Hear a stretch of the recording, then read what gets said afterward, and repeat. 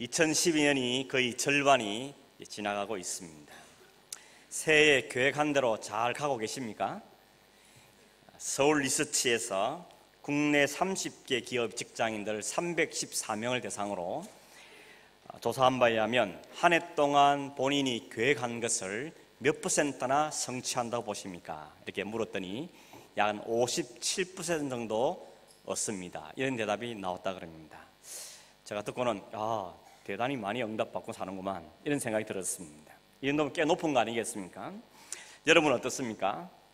연초에 계획한 것 연말쯤 되면 몇 % 정도 성취가 되고 있습니까? 대답 안 해도 됩니다. 그냥 물어본 것 뿐입니다. 또 하나의 통계가 있는데 한국의 철도청에 의하면 예약했다가 부도내는 퍼센트가 한 30% 정도 된다 그럽니다. 한 100명이 예약해놓고 그중에 30명은 안 온다는 거죠.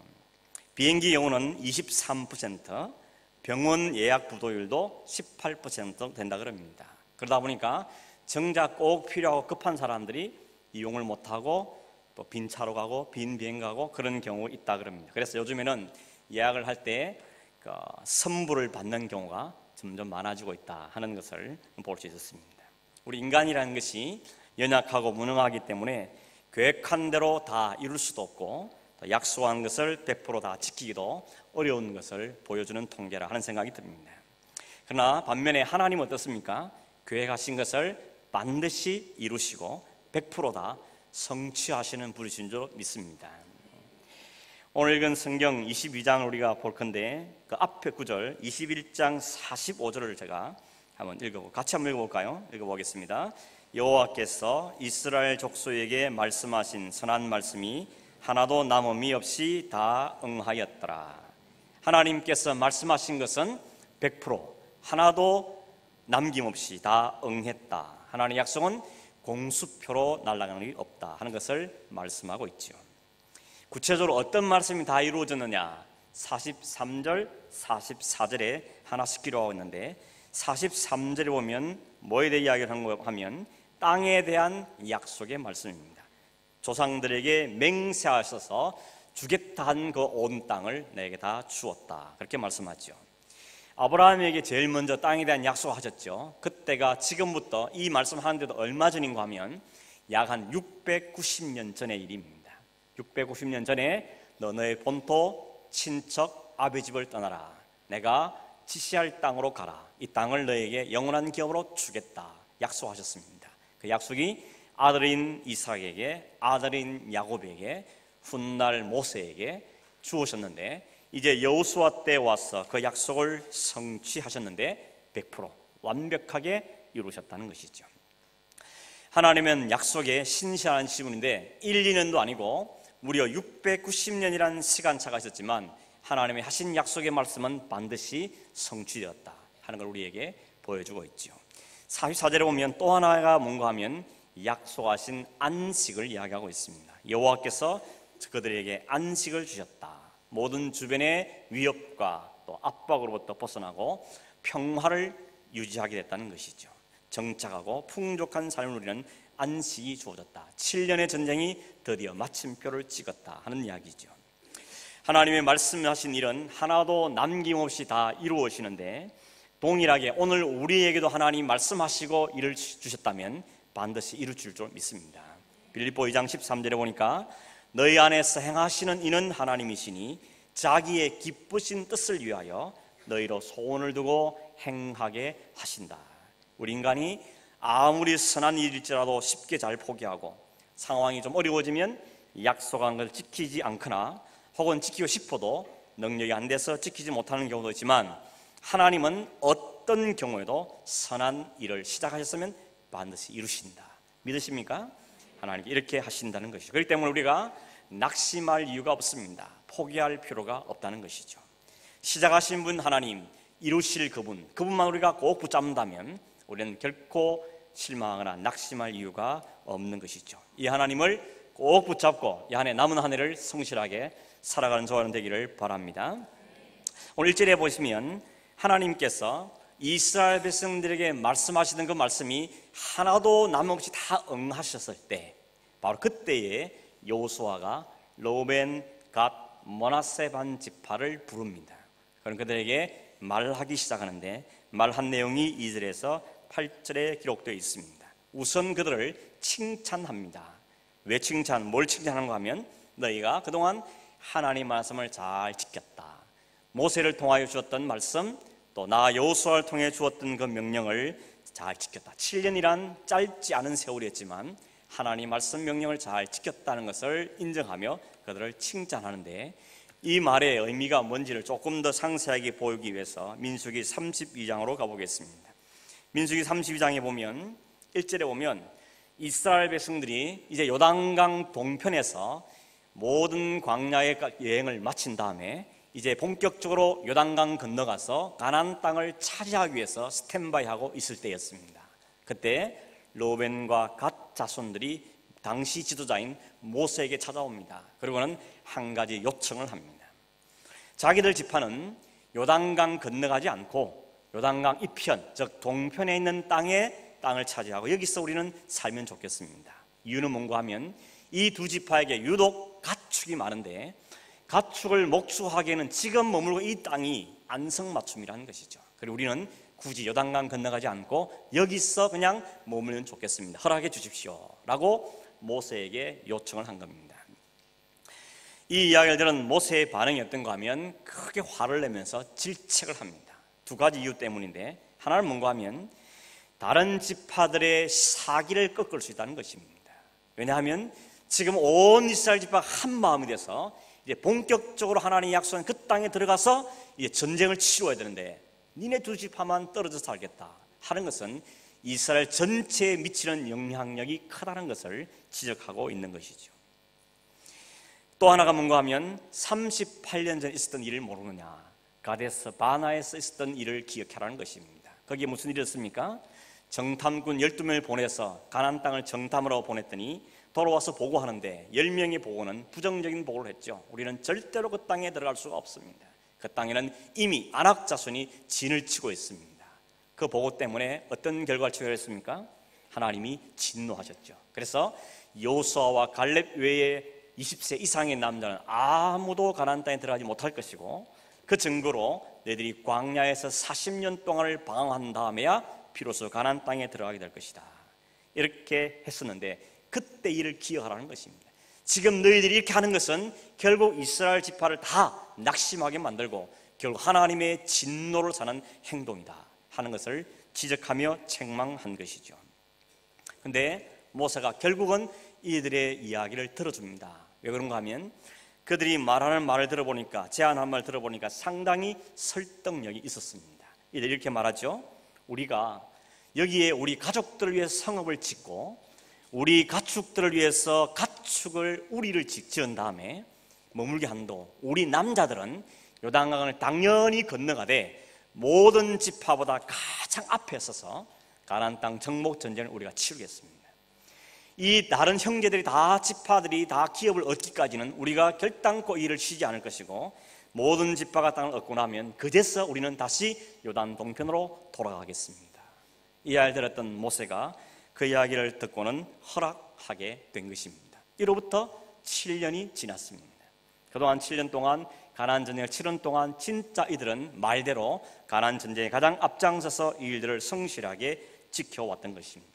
짧지 않은 세월입니다. 그것도 남의 지파를 위해서 이렇게 열심히 싸운 것을 보고는 여호수아가 칭찬을 한 것이죠. 칭찬을 한 다음에 한 가지 당부를 한 다음에 돌려보는데, 그 당부의 내용이 5절에 기록되어 있는데 요약하면 이렇습니다.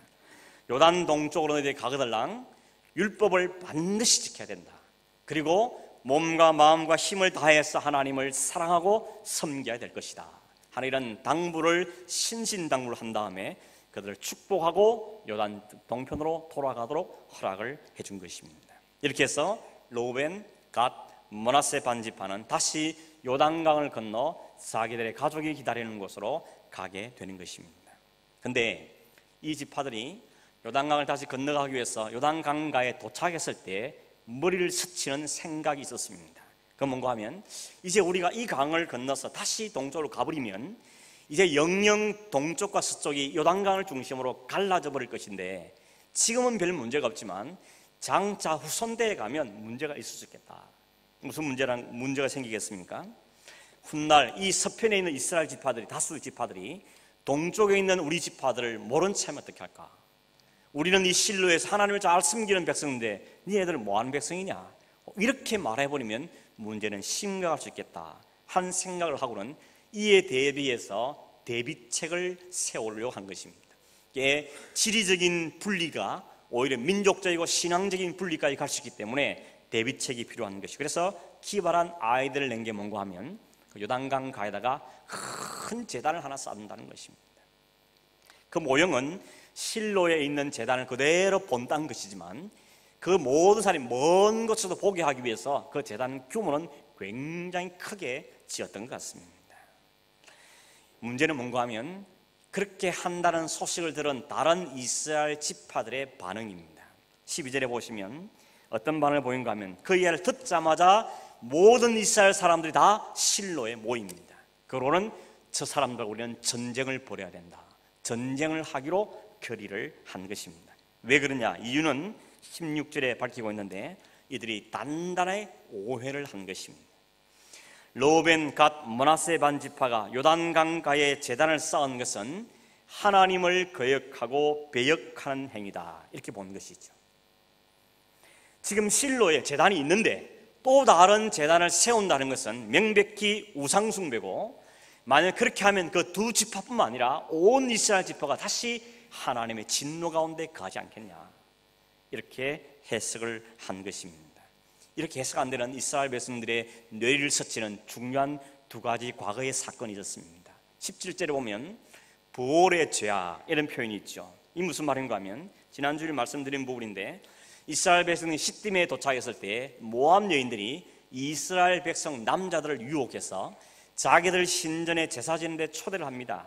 그래서 이스라엘 백성 남자들이, 이 썰개가 다 빠진 남자들이 거기 가서는 같이 먹고 같이 마시고 그 숭 앞에 절까지 하게 된 것입니다. 하나님이 대노하셔서 연병을 그들 가운데 질병을 퍼뜨려서 무려 몇 명이나 있었습니까?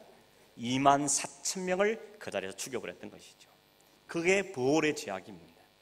또 하나 20절에 보면 아간의 일이라는 표현이 있죠. 아간의 일은 여러분 다 잘 아시죠? 이스라엘 백성들이 여리고성을 정복했을 때 이 아간이라는 사람이 아무것도 취하지 말라는 하나님 명령을 어기고 외투1벌, 은덩이 하나, 금덩이 하나, 이걸 장막 속에 잘 감추어뒀죠. 그런데 하나님 이 일 때문에 다음 성인 아이성 전투에서 이스라엘 백성이 완전히 참패를 경험하게 했던 기억이 있습니다.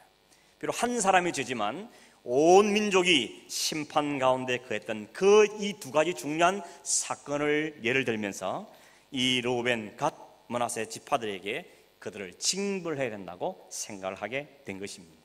근데 결과는 어땠습니까?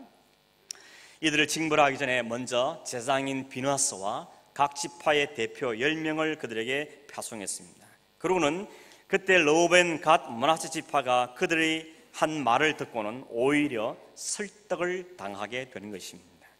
이 그들이 했던 말이 21절에서 29절에 기록되어 있는데 이런 것이죠. 우리가 요단강가에다가 제단을 쌓은 것은 결단코 여호와 하나님을 떠나려는 의도가 아니라는 겁니다. 만일 자기들이 제단을 쌓은 그 이유가 당신들이 염려하는 것처럼 여호와를 떠나기 위해서 했던 거라면 당신들이 우리를 공격하기 전에 하나님이 위에서 그냥 징벌해도 좋습니다. 하나님이 친히 우리를 치십시오, 이렇게 요청을 하게 되는 것입니다. 24절에 보면 우리가 이렇게 하는 것은 목적이 있어서 했다, 그렇게 말합니다. 그리고 우리가 주의해서 했다, 이렇게 말합니다. 그 목적이 뭐냐 하면 번제나 다른 제사를 드리기 위해서 한 것이 아니고 우리 훗날 후손들을 위한 대비책으로 한 것입니다. 이렇게 이야기하는 것이죠. 그 이야기는 다시 반복해서 지금 우리 사회는 서로 잘 알기 때문에 별 문제가 없지만 이미 몇 세대가 지나 훗날 우리의 세대에서는 당신네 지파들이 너희가 있을 하나님 무슨 상관이 있냐, 이렇게 나와버리면 우리가 그것을 증명할 방법이 없지 않느냐. 그러므로 동편과 서편으로 나누어 살지만 한 하나님 한 백성이라는 것을 증거하기 위해서 이 제단을 세운 겁니다. 그래서 이 제단 이름 우리는 뭐라 붙이는가 하면 엣이라 지었습니다. 엣이 뜻이 뭐냐? 증거 혹은 정언이란 뜻인 것이죠. 결국 여러분 자신들이 이스라엘 하나님 여호와를 올바로 섬기고 있다 하는 사실을 이 제단이 우리에게 증거가 되어줄 것입니다. 이렇게 설득력 있는 논리를 펼친 것이죠.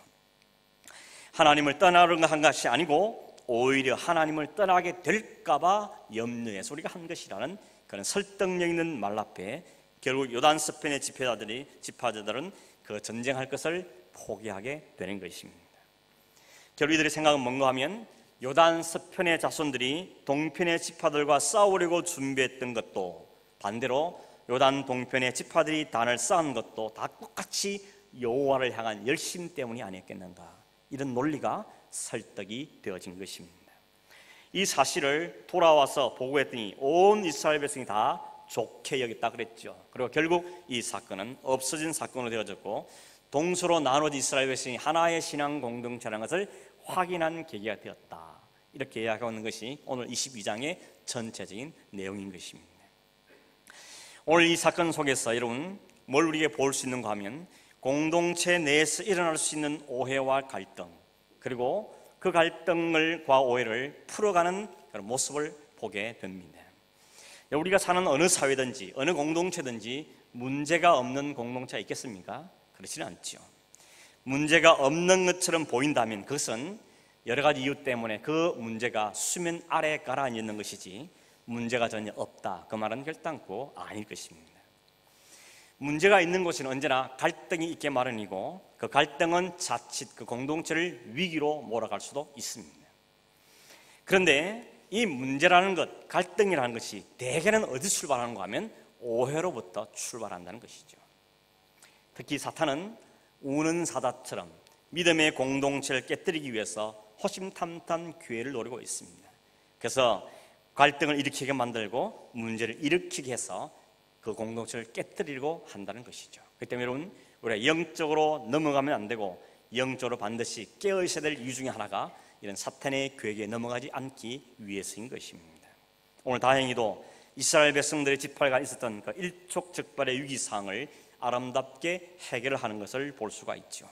13절에 보면 온 이스라엘이 요단 동편 지파들과 싸우기 위해서 실로에 모인 다음에 그들에게 복받치는 감정을 가지고 그냥 내다른 것이 아니고 우선 이 일의 정확한 상황을 알기 위해서 일종의 진상조사 처리위원회를 만든 다음에 그 위원장은 비누아스입니다.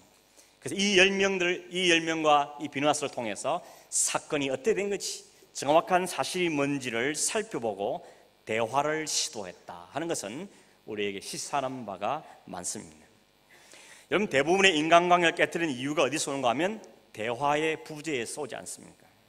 대화의 부재는 결국 소통을 막게 되고 소통이 안 되면 오해로 부풀려지게 되는 것입니다.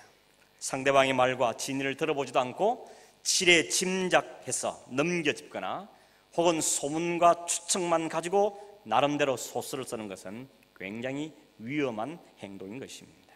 그런 방식으로 갈등과 오해가 해결된 적은 한 번도 없습니다. 오히려 그것은 갈등의 골을 더 깊게 만들 뿐인 것이죠. 오늘 이 결국 자칫 깨어질 위기에 있었고 전쟁으로 치달을 수 있는 위기를 지혜롭고 아름답게 해결하게 된 출발점이 어디냐? 일단 자신의 감정을 가라앉히고 선입관을 일단 내려놓고 상대방의 입장과 정확한 의중을 나누는 대화에 있었다 하는 걸 우리는 잊지 말아야 합니다. 대화의 가장 기본은 뭡니까? 일단 상대의 말을 들어주고 시작하는 것이죠. 오늘 문제와 갈등을 해결하는 사람은 충고를 잘하는 사람은 아닙니다. 명령을 잘하는 사람도 아닙니다. 따지고 듣는 사람은 더더욱 아닙니다.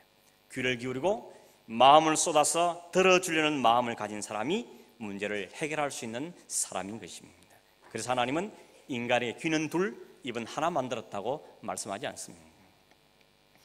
또 하나는 여러분 우리가 갈등을 해결하는 마음은 있지만 잘 안 되는 이유 중에 하나가 뭔가 하면 접근 방식이 너무 과격하기 때문에 그렇습니다. 왜 과격해지느냐 하면 대부분이 그 문제에만 너무 초점을 맞추기 때문에 그렇습니다. 사람은 안 보고 문제만 본다는 이야기죠. 문제가 뭐기 때문에 그 문제만 해결되면 다 될 것처럼 생각하지만 사실은 그 과정에서 상처받고 아파하고 고통스러워하는 사람이 생긴다는 사실은 보지 못할 수가 있다는 약점이 있다는 것입니다. 설사 그 문제를 해결한다고 하더라도 그것 때문에 더 큰 상처와 갈등이 후유증으로 남게 되기 때문에 기본적으로 우리에게 필요한 자세가 뭔가 하면 상대를 이해하며 일단은 사랑하려는 마음의 자세가 필요한 것입니다. 여러분, 성경에서 가장 문제가 많은 교회를 든다면 어느 교회를 들 수 있습니까? 고린도 교회, 그렇죠? 고린도 교회. 고린도 교회는 교회임에도 불구하고 성경의 이름이 등장하는 교회임에도 불구하고 그 안에 파벌이 있었습니다. 이파, 저파, 무슨 파, 파벌이 있었습니다. 그 안에 음행의 문제 때문에 이혼의 문제가 있었고 소송의 문제가 막 있었습니다. 음식을 먹는 문제 때문에도 시험에 들고 은사 문제 때문에도 교회가 시끄러웠습니다. 이런 문제 많은 고린도 교회에 대한 사도 바울의 처방이 뭐였느냐? 그것은 사랑이라는 것이었습니다. 십자가에 죽으신 예수 그리스도의 사랑으로 하나 되지 않으면 교회는 세상과 똑같은 공동체로 전락할 수가 있는 것이죠. 그래서 여러분, 가장 아름다운 사랑의 노래 사랑장이라니 그 문제 많은 교회 고린도 교회에 보낸 편지 속에 있다는 것은 우리에게 시사하는 바가 있는 것입니다. 오늘 본문의 이스라엘 지파는 서로 간의 오해로 인해서 전쟁까지 칠 뻔했지만 지혜로운 행동으로 오히려 하나님께 대한 신앙과 서로 간의 공동체 의식을 더 확고히 다짐함으로 더 깊은 형제를 맛보는 결과를 낳게 되어진 것입니다. 여러분, 오해가 생기며 갈등과 문제가 생길 때마다 이 이스라엘 지파 해결했던 이 자세를 보면서 우리는 도전을 받고 또 원칙으로 삼고 원리로 삼을 수 있어야 한다고 믿습니다. 여기까지가 서론이고요. 지금부터 본론이 시작되겠습니다. 그럼 여러분, 과연 이 여호수아 22장의 이 사건이 우리에게 교훈하는 바가 어떻게 하면 공동체 속에 일어나는 갈등과 문제를 아름답게 해결할 수 있을 것인가? 하나됨의 공동체를 이루고 세워가기 위해서 대화가 얼마나 중요하고 소통이라는 것이 얼마나 소중한 것인가? 이걸 이야기하겠느냐는 것입니다. 제가 지금 시비를 거는 거죠. 공동체 안에 일어나는 갈등을 해소하는 방법, 그걸 알려주는 것이 이 성경이 주는 가장 핵심적인 교훈이겠느냐? 어떻게 생각하십니까? 만약 그렇다면 이 성경, 적어도 이 장은요, 세상의 도덕책이나 세상의 처세술을 다룬 책들과 다를 바가 없는 게 되고 마는 것입니다. 여러분, 성경은 그런 도덕책이 아닙니다. 그 도덕책의 수준으로 성경을 끌어내리면 안 된다는 것입니다. 물론 성경 속에 우리 이 세상 살아가는 데 필요한 모든 원리와 원칙들을 우리에게 제시해주는 틀림없는 사실입니다. 그러나 그게 다가 아니라는 것이죠. 더 중요한 부분이 있습니다. 만약 더 중요한 부분을 무시하고 그런 인간적인 처세술 같은 모습만 본다면 그것은 우리에게 하나님 말씀 성경을 주신 하나님의 의도를 무시하는 게 되는 것입니다. 그러므로 오늘 이 성경을 주신 하나님의 진짜 의도가 뭘까 하는 걸 우리는 찾아봐야 한다고 믿는 것이죠. 여러분, 그동안 여호수아서를 지금 22장까지 왔는데 여호수아 22장까지 쭉 오면서 이 여호수아서에 등장하는 굉장히 중요한 주제가 하나 있는데 그게 뭔지 아셨습니까? 땅 이야기입니다. 땅 이야기. 결국 가만히 보면 여호수아서는 가나안이라고 하는 이 땅 따먹게 하는 이야기가 기록되어 있는 겁니다. 어릴 때 땅 따먹기 해보셨죠? 7년에 걸쳐서 그 땅을 차지하는 이야기입니다. 그리고 그 땅 다 차지하고 나니까 이 다 우리 땅, 우리 나눠 먹자, 서로 다 나눠주니까 여호수아가 지금 끝나고 있는 것입니다. 이게 여호수아의 핵심적인 주제 가운데 하나입니다. 땅에 대한 이야기라는 것이죠. 오늘 건 21장 45절에도 말씀하신 선하신 말씀이 하나도 응함이 없는 게 없었습니다. 이렇게 말했는데 그게 뭐였습니까? 첫째가 땅이었죠. 땅에 대한 약속을 하나님이 다 이루셨다는 이야기입니다. 그러면 성경에서 말하는 땅이라는 게 도대체 어떤 의미가 있는 것이고 특별히 여기 나오는 이 가나안 땅은 어떤 의미가 있는 것인가? 왜 이스라엘 백성들이 이 가나안 땅이라는 자체가 이렇게 소중한 의미가 있는 것인가 하는 것입니다. 구약 성경에 땅이란 단어가 몇 번 나오는가 하면 2504번이 나온다 그럽니다. 제가 센 건 아닙니다. 이런 거 세는 걸 전문적으로 하는 분이 계세요. 그래서 우리는 그분의 도움을 받는 것이죠. 이 땅이란 단어가 2504번이나 나오는구나. 성경에 나오는 단어 중에 네 번째로 많이 등장하는 단어가 이 땅이란 단어입니다.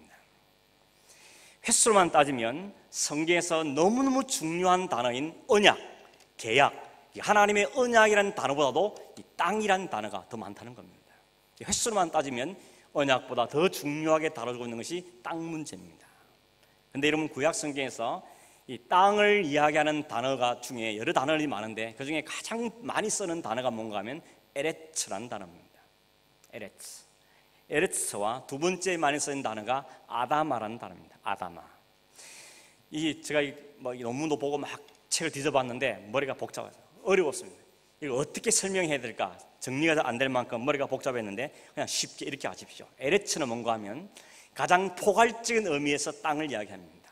이 단어가 제일 먼저 쓰인 것이 어딘가 하면 창세기 1장 1절인데 태초에 하나님이 뭘 만드시죠? 천지, 하늘과 땅을 창조하시니 할 때 그 땅이 에레츠라는 단어를 쓰고 있습니다. 두 번째로 많이 쓰인 단어가 아다마라 그랬는데 이 아다마라는 뜻은 뭔가 하면 말 그대로 흙입니다. 흙을 가리킬 때 아담입니다. 아담 이름 비슷하죠? 아담이 흙으로 지원받았기 때문에 이름이 아담에서 나온 아담이 되어진 것입니다.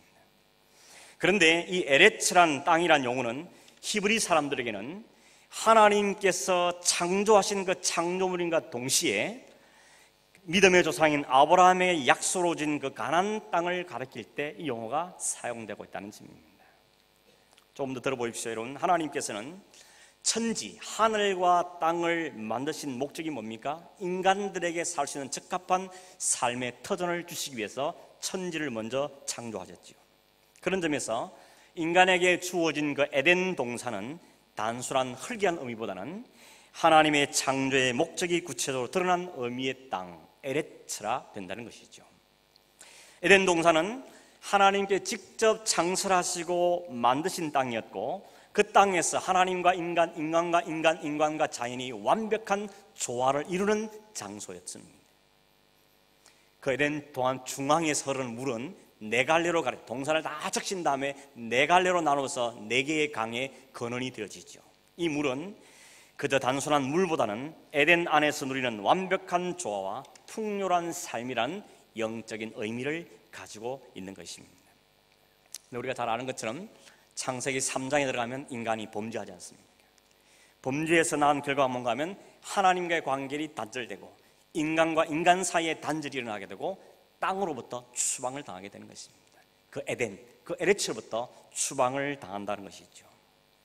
바벨탑 사건 이후로 온 지면, 온 땅으로 이 백성들이 다 흩어짐을 당하지 않습니까?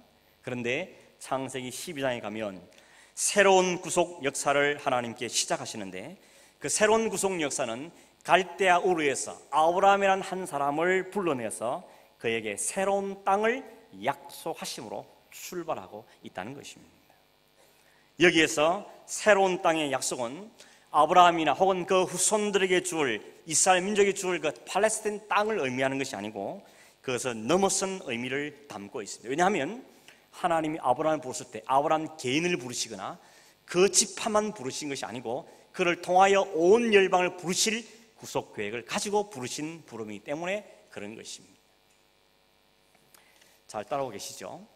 그런 관점에 볼 때 이 가나안 땅은 아브라함과 그의 자손들에게 주어진 축복의 땅인 동시에 인간 전체에게 회복할 에덴 동산의 원형을 회복하는 것으로 보아야 한다는 이야기인 것입니다. 여러분, 하나님께서 아브라함의 새로운 땅을 이야기하면서 이렇게 말합니다. 내가 이 땅을 너에게 영원한 기업으로 주겠다. 영원하다는 말은 끝이 없다는 말입니다. 그런데 이상한 것은 그렇게 영원한 기업으로 주신다 그 땅에 들어가 산 아브라함은 정작 거기 살면서도 자신은 영원히 거할 것으로 생각을 하지 않고 있다는 것입니다. 어떻게 아느냐 물으신다면 히브리 11장 9절에 이렇게 기록되어 있습니다. 믿음으로 그가 아브라함이 이방의 땅에 있는 것 같이 약속의 땅에 거류하였다. 약속의 땅에 살고 있으면서도 자신은 마치 조금 살다가 갈 이방인처럼 그 땅에 살았다는 이야기입니다. 이 거류한다는 말은 벽돌로 집을 지고 사는 게 아니고 텐트를 치고 잠시 일시 동안 사는 의미가 거류한다는 의미입니다. 왜 그랬을까? 아브라함이 왜 약속의 땅, 하나님은 영원한 기업으로 말씀하시는데 그 땅에 살면서도 그는 임시로 사는 것처럼 말을 하고 행동하고 있느냐는 것입니다. 그 이유는 11장 9절 다음 절인 10절에 밝혀주고 있습니다. 그 이유는 그가 아브라함이 하나님이 계획하시고 지으실 터가 있는 성을 바랐습니다. 무슨 말입니까? 아브라함은 그 땅을 초월한 뭔가가 있다는 것을 갈망하고 있다는 것입니다. 이 땅 말고 하나님께서 지으실 새로운 땅, 영원한 땅이 있다는 것을 그는 바라보았다는 것입니다. 그게 어디입니까? 아브라함은 이미 하나님의 그 약속 속에서 영원한 기업, 영원한 땅의 의미가 뭔지를 알았던 것입니다. 그 가나안 땅이 뭘 이야기하는가 하면 장차 오실 메시아를 상징하는 것입니다. 이렇게 말하면 또 억지라고 말할 분이 계실 것 같아서 요한복음 8장 56절에 보면 예수님께서 유대인들과 시비가 붙었습니다. 유대인들이 하는 말이 당신이 아브라함보다 크냐? 우리 조상 아브라함보다 당신이 크냐? 라고 도전하니까 예수님이 이렇게 말씀하셨습니다. 8장 56절에 너희 조상 아브라함은 나의 때 볼 것을 즐거워하다가 보고 기뻐하였느니라. 그러니까 또 시비 걸죠. 아니 당신이 아브라함보다 나이가 많냐고 그렇게 묻습니다. 근데 여러분 예수님께서 말씀 이 말의 뜻이 뭔가 하면 아브라함은 하나님과 맺는 그 언약을 통해서 장차 자신의 후손을 통하여서 예수 그리스도 메시아가 오실 것이고 그 메시아를 통해서 온 사람들이 구원의 축복을 누리게 될 것을 내다보았다는 것입니다. 그것 때문에 즐거워했다는 것이죠. 결국 가나안 땅이 오늘 우리에게 의미하는 것은 팔레스타인 땅, 그 아다마가 아니고 온전한 평강과 안식의 장소 에레츠를 의미한다는 것입니다. 그리고 이 장소, 안식의 장소는 뭐냐? 장차 우리 온 인류에게 영원한 안식을 안겨줄 예수 그리스도, 그분을 의미하는 게 가나안 땅의 의미라는 것입니다. 여러분, 예수님이 우리의 영원한 기업이지 흙이, 땅이 영원한 기업이 아니라는 것이죠. 땅은 그저 예표입니다. 그림자입니다. 만일 여러분 그 땅 자체가 영원한 기업이었다면 이스라엘 백성이 그 땅에 들어간다면 영원히 살아야죠. 그런데 금방 쫓겨나죠. 포로로 잡혀가고 온 열방에 흩어짐을 당하지 않습니까? 역사가 그것을 증명해주고 있는 것입니다. 예수 그리스도만이 우리의 영원한 기업이 되는 것이죠. 그럼 여러분 이제 이렇습니다. 요단강을 중심으로 동편과 서편의 차이가 얼마나 심각한지 아시겠죠? 요단강을 건너서 요단 동편에서 서편으로 들어간다는 것은 그저 가나안 땅에 입성한다, 그 의미보다 훨씬 깊고 큰 의미가 담겨져 있는 겁니다. 그런 면에 볼 때 이런 설명을 가지고 볼 때 르우벤과 갓과 므낫세 반지파는 얼마나 안타까운 지파입니까? 그들은 가나안까지 들어갔다가 다시 지금 돌아가고 있습니다. 그들은 이 영적인 의미를 몰랐던 거죠. 가나안 땅의 의미도 몰랐고 요단강의 의미도 몰랐던 겁니다. 뭐만 본 겁니까? 목축지만 본 겁니다. 눈에 보이는 그 육적인 것만 보았다는 것이죠. 마치 아브라함과 헤어질 때 롯이 하나님 약속의 언약에 나 관심이 없고 그 눈앞에 펼쳐진 그 소돔과 고모라 성을 바라보고 그 땅을 선택했던 것과 똑 마찬가지인 것입니다. 이 르우벤 갓 므낫세 지파가 상황 판단은 얼마나 빠른지, 얼마나 신속하게 대처하는지 판단력에서는 따라갈 지파가 없습니다. 그러나 영적으로는 무지, 꽝이라는 것입니다.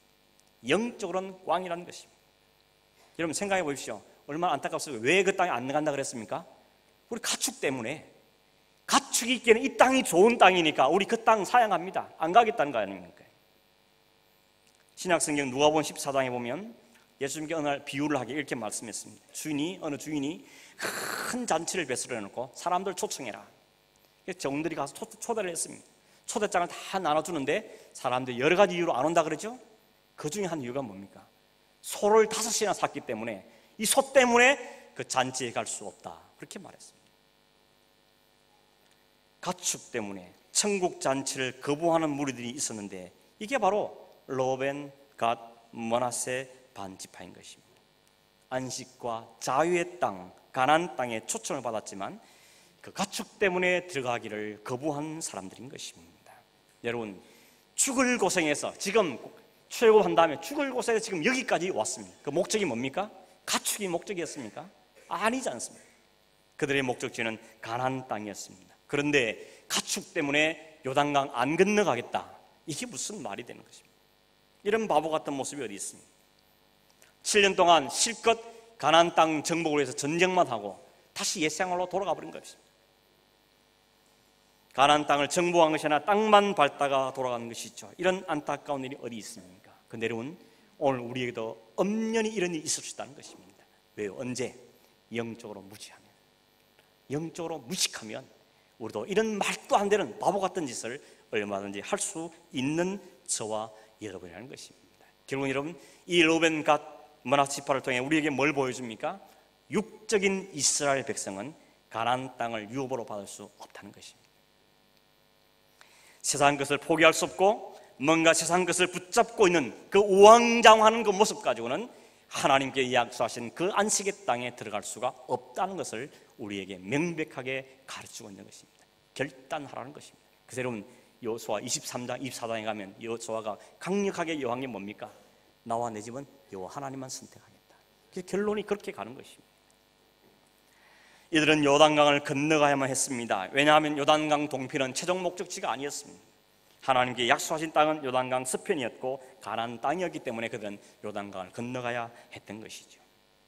한국 가서 고속도로를 운전하면 딱 좋은 거 하나 있습니다. 휴게소가 많다는 거.